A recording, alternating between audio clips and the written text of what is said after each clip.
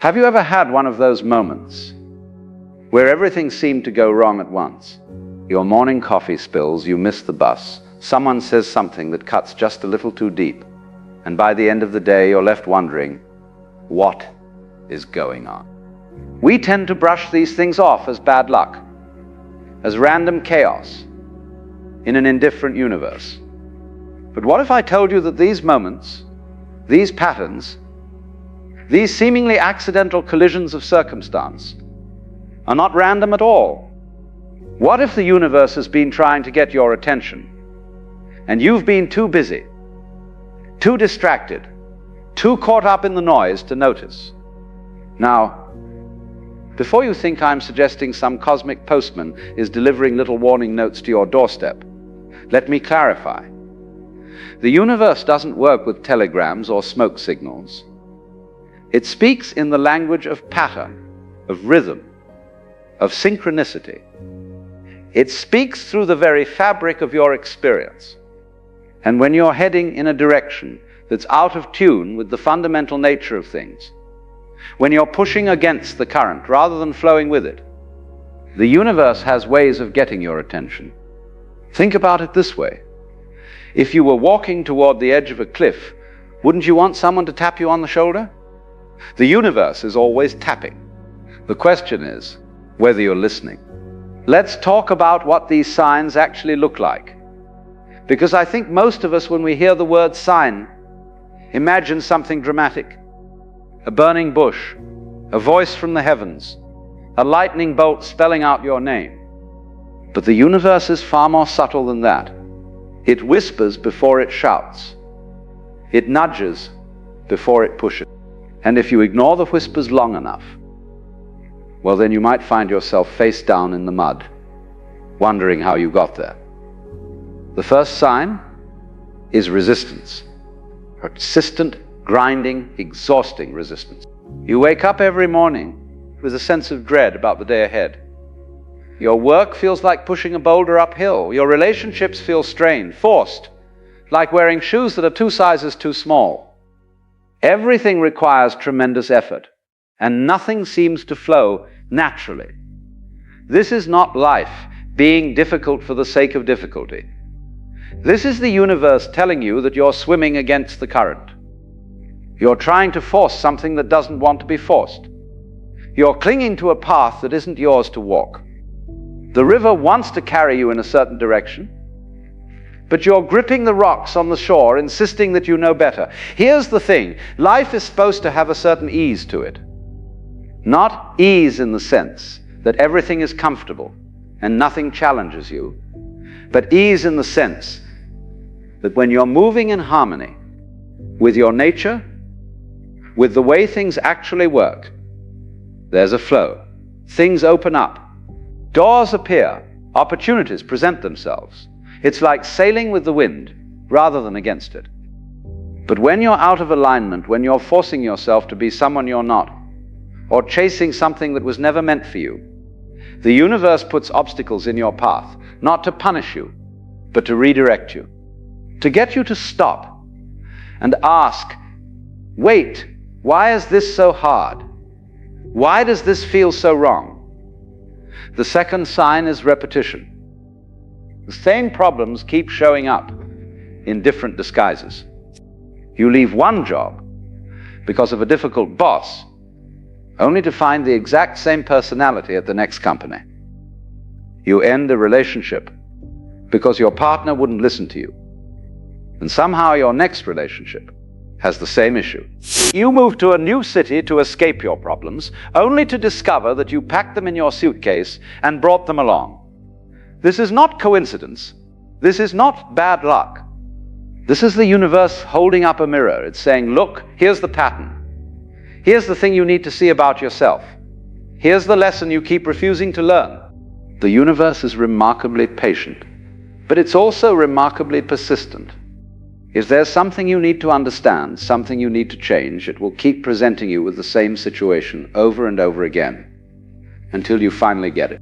It's like being stuck on the same level of a game because you haven't learned the skill you need to progress.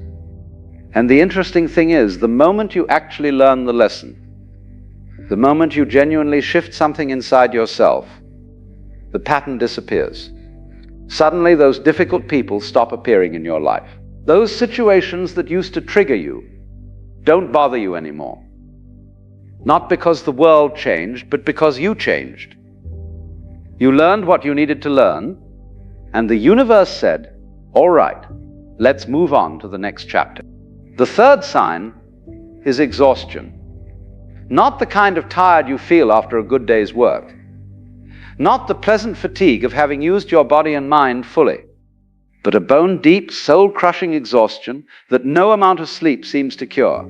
You wake up tired, you go to bed tired, everything feels heavy.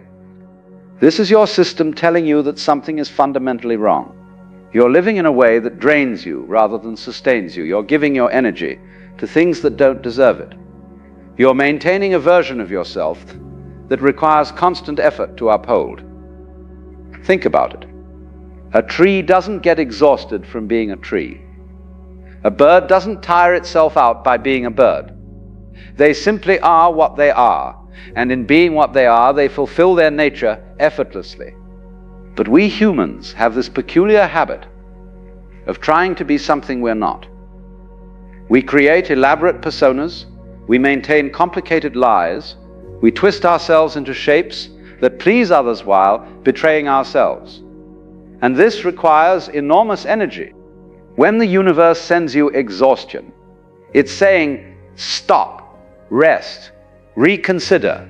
The way you're living is not sustainable. Something has to change. The fourth sign is disconnection. You feel increasingly isolated from the people around you. Conversations feel hollow. Your relationships lack depth.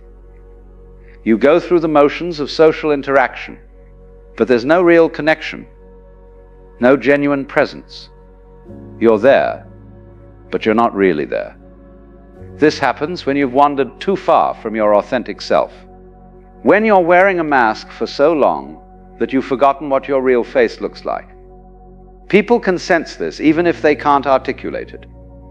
There's something missing in your presence, something essential. And so genuine connection becomes impossible. Because connection requires vulnerability, authenticity, truth. The universe is fundamentally relational. Everything exists in relationship to everything else. The wave exists because of the ocean. The leaf exists because of the tree.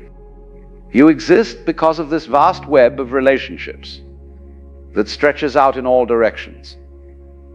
When you feel disconnected, it's a sign that you've forgotten this. You've started believing in your own separate existence, your own isolated self. And this belief is making you miserable. The fifth sign is chaos. Things keep breaking down. Your car stops working. Your computer crashes. Your plans fall apart at the last minute. One thing after another goes wrong, and you feel like you're constantly putting out fires. Now, sometimes things just break. That's the nature of the material world.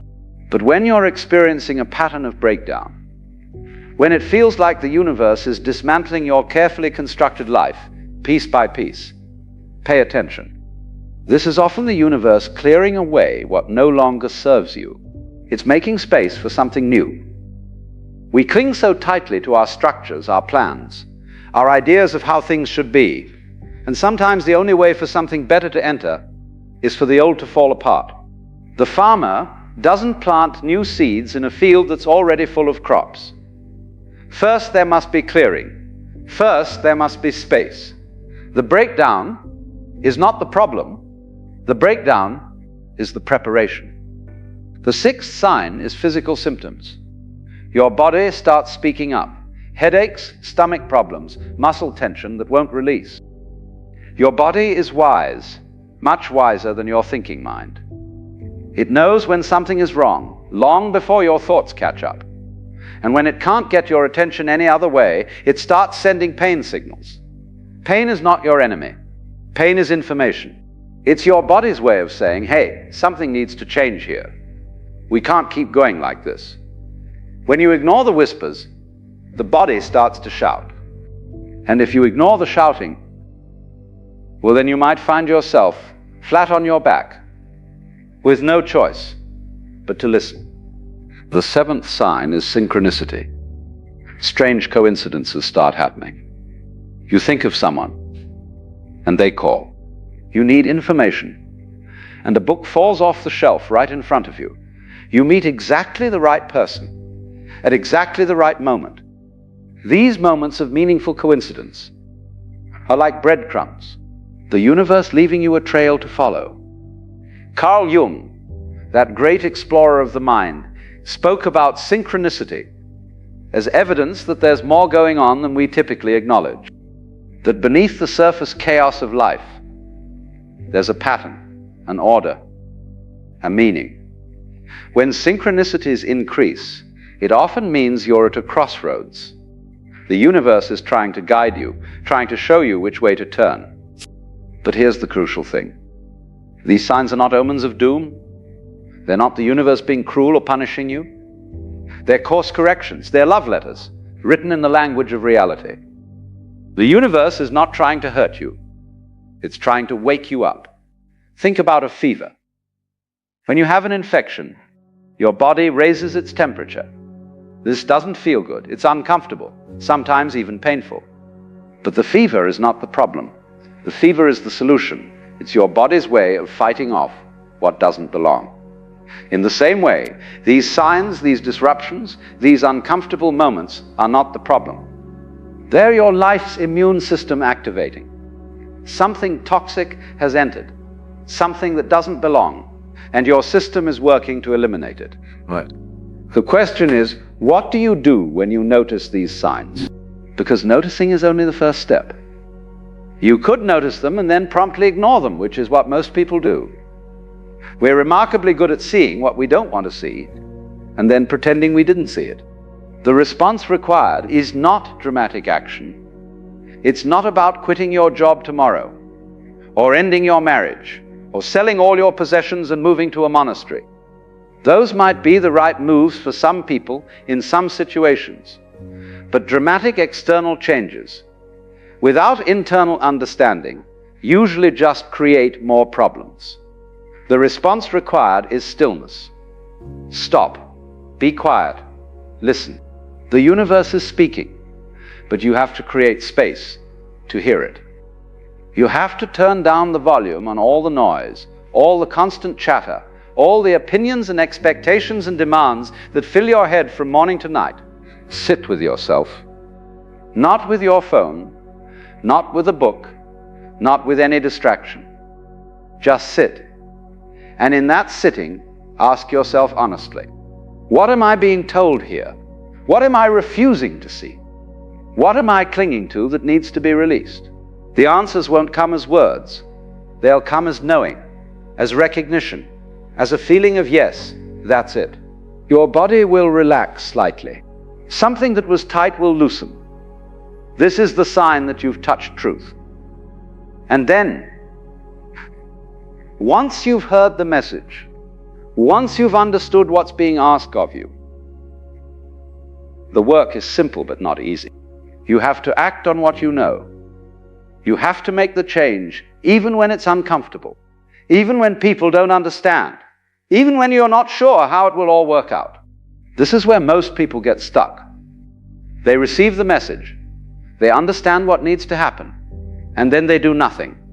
They go back to their old patterns, their old ways, their comfortable misery. And so the signs must get louder, the whispers become shouts, the nudges become shoves, but it doesn't have to be this way. You can choose to listen to the whispers. You can choose to respond when the universe taps gently on your shoulder, rather than waiting for it to knock you flat. Because here's what I want you to understand. The universe is not separate from you. You are not a tiny, isolated self navigating a hostile cosmos. You are the universe experiencing itself in human form. When the universe warns you, it's you warning yourself. Your deeper wisdom, your connection to something larger than your small ego self, is trying to get through to your conscious awareness. So these signs, these warnings, They're not coming from outside. They're bubbling up from inside. From that place in you that knows, that's always known what's true and what's false, what serves life and what doesn't. The question becomes, are you willing to trust yourself? Are you willing to trust the deeper knowing, even when it contradicts what your thinking mind insists is true? Are you willing to follow where life wants to take you, even when it means letting go of what you thought you wanted? This is the great adventure of being human. Not knowing where you're going, but trusting the process anyway. Not clinging to a fixed path, but being willing to be surprised, to be redirected, to be shown something you never imagined. The signs are there. They've always been there. The universe has been speaking to you in 1,000 different ways since the day you were born. The only question is whether you're finally ready to listen. Because once you start listening, once you start responding, once you start living in alignment with what's true rather than what's comfortable or expected or safe, everything changes. Not necessarily in the ways you imagine, but in ways that matter far more deeply. You stop fighting. You stop forcing. You stop exhausting yourself trying to swim against the current. And instead, you let the river carry you. You let life live itself through you. You become like water, flowing around obstacles rather than crashing against them. Always moving, always changing, always finding the path of least resistance. This is what the universe has been trying to tell you all along. Stop resisting. Stop clinging. Stop pretending. Just be what you are, where you are with what you have. And trust that this is exactly where you need to be, learning exactly what you need to learn, becoming exactly who you're meant to become. The signs are not threats, they're invitations. The universe is not warning you away from danger, it's calling you toward your true life. The question is, will you answer?